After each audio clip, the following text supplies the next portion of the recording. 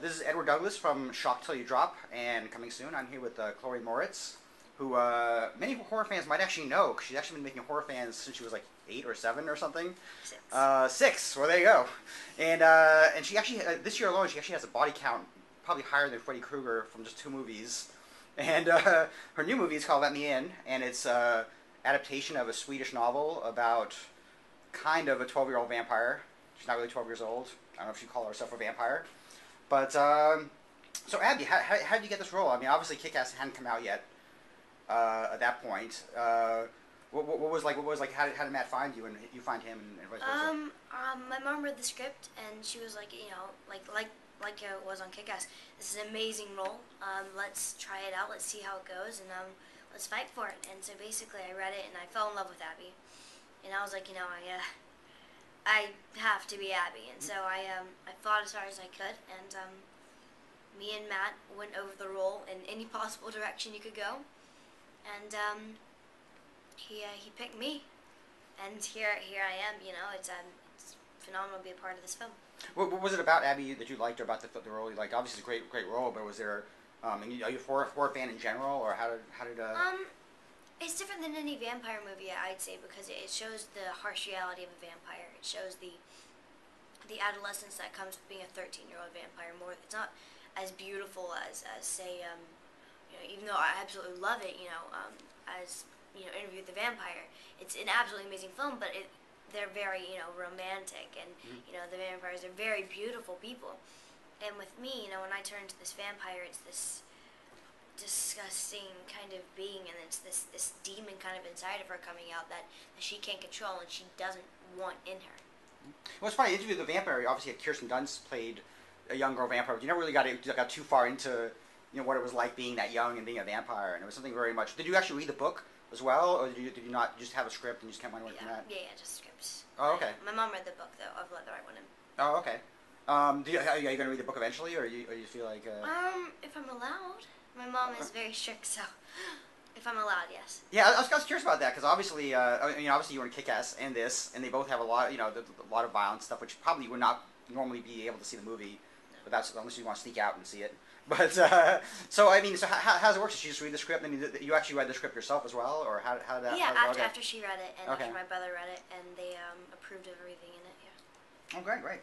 What did Matt want you to do for our audition, or what was? I mean, you just have a lot of things you could show him from what you did before, or what was involved? No, he gave me some sides from the movie, and that's kind of how you do it. You know, you get the sides, you learn the side, and me and my brother, who's my acting coach on it, we figured out the role ourselves in our own way, and you know, basically it's kind of like a drawn canvas where, you know, my brother kind of fills it in, and then Matt goes in and he, you know, polishes everything off and makes it absolutely perfect. And so it was a big collaboration project between my brother and me, and then Matt, and you know, we figured out the role and who Abby is, and we went over it, and I mean, we figured out, you know, the type kills she does, how long she's lived, you know, if you would remember your parents at all, who you are, do you have any semblance of humanity in you, like, do you even care for people, you know, and just normal vampire stuff. Oh, so you figured that all yourself. Now, so obviously the book would probably fill in some blanks, I guess, but that was just stuff which wasn't in the script. You just kind of just figured it out yourself. Yeah. When you went for audition, I mean, obviously when you go for audition, you normally want to look as best you can. With this one, did you kind of like not want to? Did you want to try to get into the character a little bit in that way, or?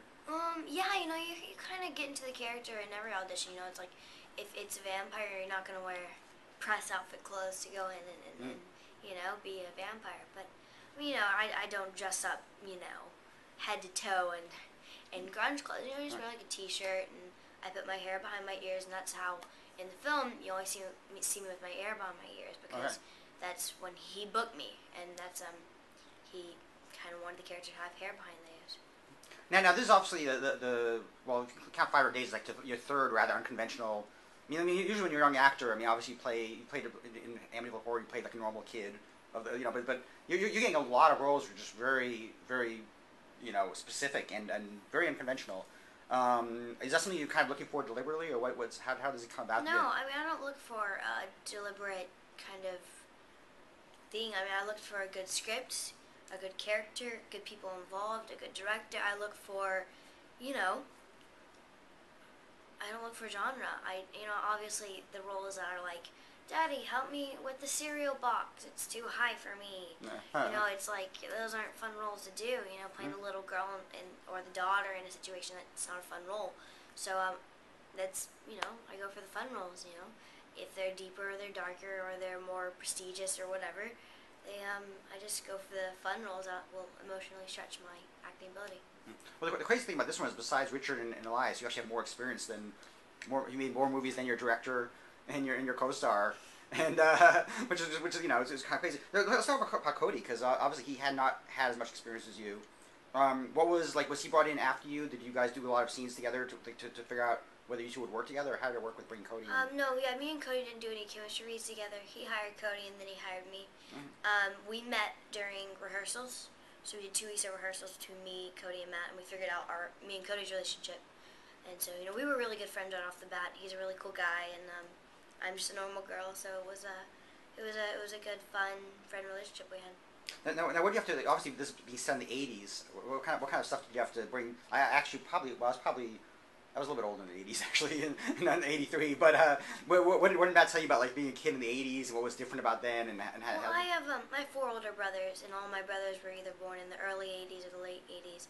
And I was born, obviously, in the late '90s, so I didn't get any of that. But, you kind of learn about the '80s through my brothers, and it's kind of stupid, but through fashion, and through just seeing the time period and from people who have lived in it. So, yeah, my brother definitely told me a lot about it, and I'd always seen a bunch through photos and clothes and movies, and, you always... You see the time periods, even 1930s and 20s. Oh yeah. Well, the movies. The thing is, with the movies, you have the Goonies and you have E.T. and these kids are obviously. Owen's a very different character than those movies, and Abby's completely different. So I was curious about what kind of graphics you were able to use for that. Yeah. And then what about? Now are you at all? Now, obviously, you've done a few horror movies now. Are you at all squeamish around blood yourself? You kind of just used to it. Real blood?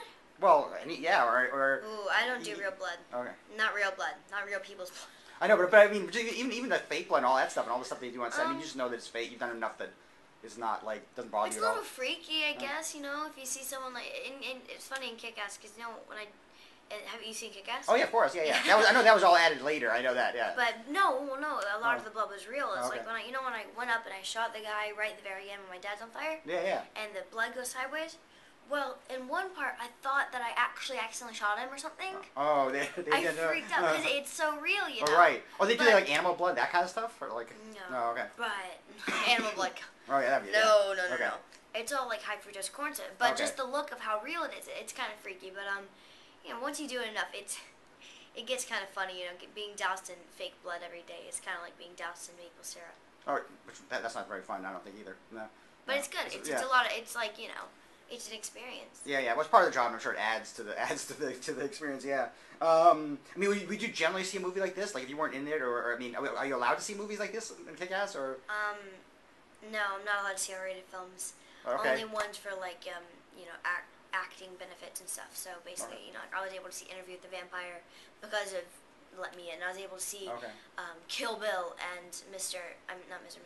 Well, yeah, that too, but Wanted and things because I was in Kick-Ass. Okay. To kind of research the role. Otherwise, So have you not seen this movie or Kick-Ass?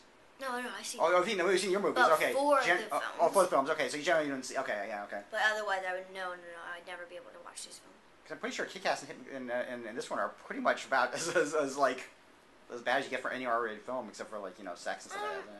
Yeah. I don't do anything out of the boundaries. Blood is just it's all fake, it's all a movie. But I don't cross the boundary into adult blood. Yeah. No, I know. I was curious about because there's so many kids who in R movies who can't actually see the movies at all, and I was curious whether you got to see your own movies. I didn't get to see Amityville Horror. I'm still not allowed to. So. Oh, okay. I was really young though. That was also kind of tame though, compared to these two movies. Maybe I don't know. I guess the character, but no, not the movie. I wouldn't say. Now I was curious about because obviously I'm sure you've been asked about the Swedish film, which it's kind of great because this is a great film on its own. That's a great film on its own, but of course everyone's going to ask about that film because it kind of was already kind of coming out as you were making this. Did you watch it all or try to or did you kind of avoid that? You got avoid it's that. R-rated, so I'm not allowed to watch it. Okay, so you avoided that one completely. But also, for acting reasons, I wasn't allowed to watch it either because I didn't want to copy a role. I wanted to have a fresh take on the role and have my own kind of way about it. Yeah, I mean, it's very different because I talked to the director of that film, and actually the kids in that movie didn't even get to read the script. They literally were told what to say and do on the set. And I guess Sweden's very different. The acting. They're also they weren't as experienced actors either. They were like, yeah, I mean, I don't know how you shoot a film without knowing the script. I mean, yeah. Yeah, I don't know how you develop a character. Yeah, it was very different. Now, obviously, Kick-Ass opened a lot of doors, and I'm sure this is as well. And I mean, have you finished working with Martin Scorsese? Are you doing that right now? No, I'm not till December. So. Okay, what's that experience been like? Because obviously, it's amazing. Yeah, because it's also shot in 3D, so we're testing technology at the moment with these cameras that are absolutely amazing. They're like this big, huge, and they're really tall. So it's really cool. It's a very exciting experience just working with Marty and with everyone. Everyone. Now, and I think this is kind of going to be his first like family film, quote unquote, kind of, or sort of. It is. I think it's his first film with kids since Taxi Driver and Alice. Right, and it was also like his first 3D film. So you're kind of like being involved with like Martin, this legend when he's in his 70s doing these like first time things. So is that something that you feel is like very special or something very? It's huge. Yeah. I mean, it's history. It's Martin Scorsese's first 3D film. It's one of the first films ever shot in 3D. So I mean, it's legendary to be even a part of this film a little bit.